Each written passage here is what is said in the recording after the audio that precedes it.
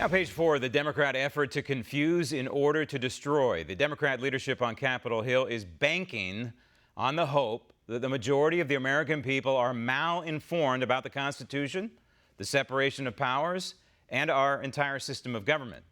Their collective partisan goal is to paint the 45th president and his team as lawbreakers when, of course, they are not. These radicals are calling the Attorney General of the United States a liar, which he is not. They're accusing the AG of being the personal lawyer for Donald Trump, which he is not. And they claim William Barr is part of a cover-up, which he is not.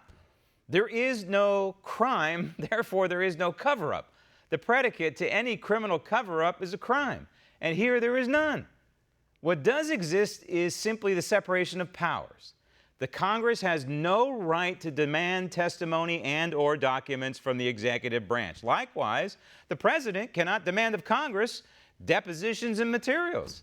This is the division of power the framers gave to this republic.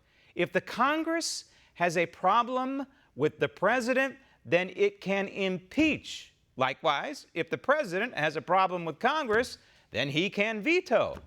That's how our system works.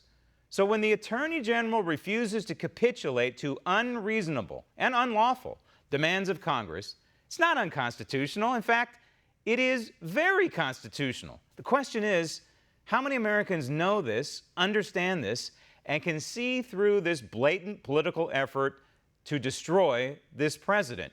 And how many Americans can see through this rabid Democrat hack from California, Adam Schiff? The most grave concern I have about Bill Barr.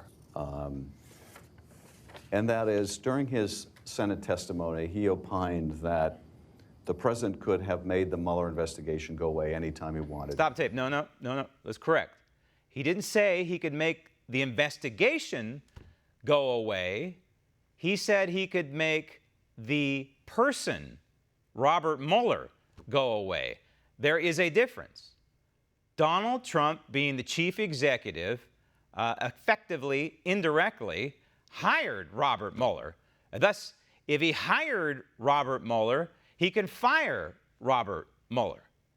He could fire Robert Mueller. He could have for any reason, for the way that he parted his hair. He didn't have to have a reason. It's called life. It's called the structure of our chief executive. And the structure really of any chief executive of any company can fire any underling at any time for virtually any reason, most states would agree. But he's trying to confuse people here. That's his goal. Roll tape. Because he thought it was unfair. Stop the tape. That's his view. Stop the tape. There's nothing about being unfair.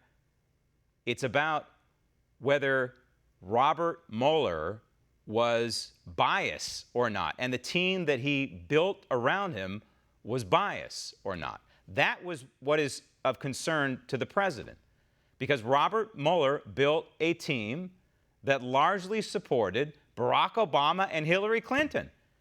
And of course, Donald Trump beat Hillary Clinton.